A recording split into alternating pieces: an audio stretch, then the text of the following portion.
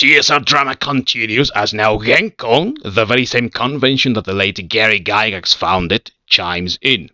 But before we go into that, let's have a little recap for those of you who aren't in the know as to what actually went down. And if you're interested in learning more about it, be sure to check my video on that.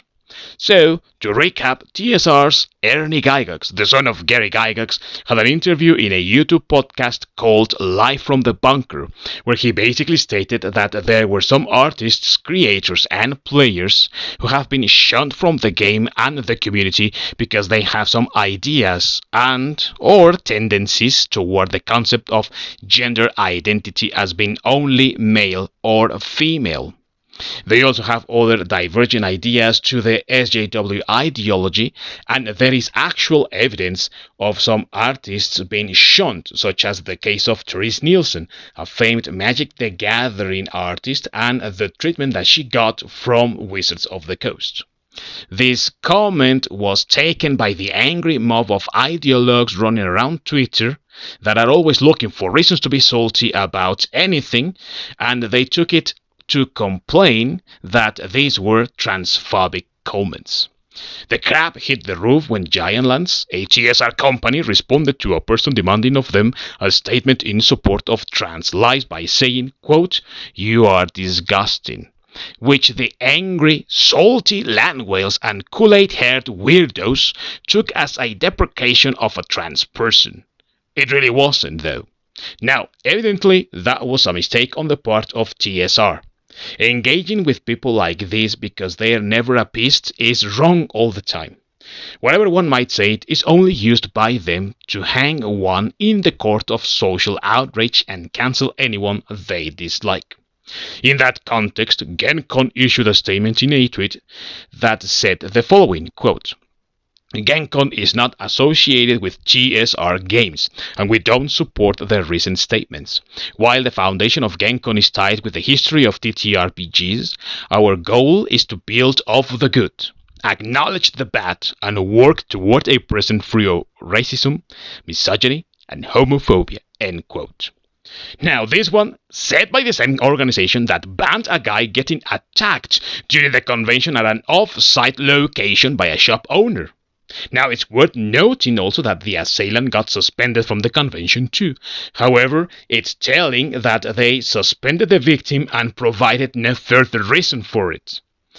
Now, I wouldn't be talking about this, as I believe it doesn't need more attention, were it not for the fact that GenCon sort of doubled down and made it quite clear they just don't want TSR in the convention. When questioned whether TSR might have a chance at getting a booth or any other sort of place or participation in the convention, GenCon responded, quote, "We would deny them if they applied, yes," end quote. They are banning TSR in advance and won't let them join GenCon, the very same convention that TSR co-founder Gary Gygax created. This is rich, man. Really, really rich. In case you don't know, GenCon stands for Lake Geneva Convention because Gygax was from Lake Geneva, Wisconsin, where also TSR was located years ago when Dungeons & Dragons began. Back then, when the convention started, it was called the Lake Geneva Wargames Convention because Gygax used to play wargames. This convention was established before Gygax and Arneson created Dungeons & Dragons. Also, in case you didn't know, TSR was later on bought by Wizards of the Coast, and just a couple of years later, Wizards was also bought by Hasbro. This new iteration of TSR is, of course, not the same company, but seeing how it has many of the people that were there from the beginning and one of its founder's sons is on board with it, we could say this is a very close version of what the company used to be. A worthy successor of sorts. To kick it this way is just pathetic and, quite frankly, telling of the sort of toxic place GenCon has become. I mean, if it wasn't already clear, I guess we can now have no doubt about it. Finally, do you remember how I mentioned Wizards owns D&D now and that in turn Wizards is owned by Hasbro? Well, guess who owns GenCon? That's right, Hasbro. Hasbro owns Gencon through Peter Atkinson, the former CEO of Wizards. Funny, right? I mean, this is quite interesting, right? Question. Is Wizards afraid that they might have some competition that might take them out of the RPG business?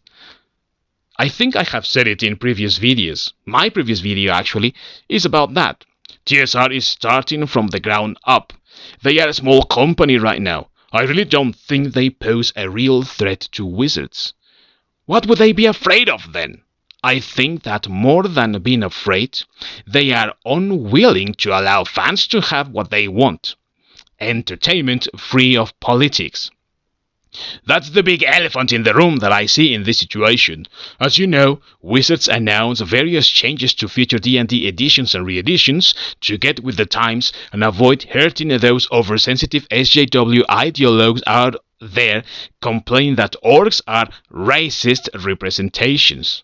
So, to me this looks more like they are trying to hoard the ball and reduce the options players can have to play and avoid the whole political drama surrounding RPGs at the moment.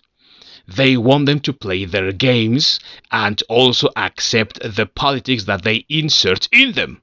Of course I can be wrong, and this is only an opinion. Still, the fact Gencon is doing this is ridiculous.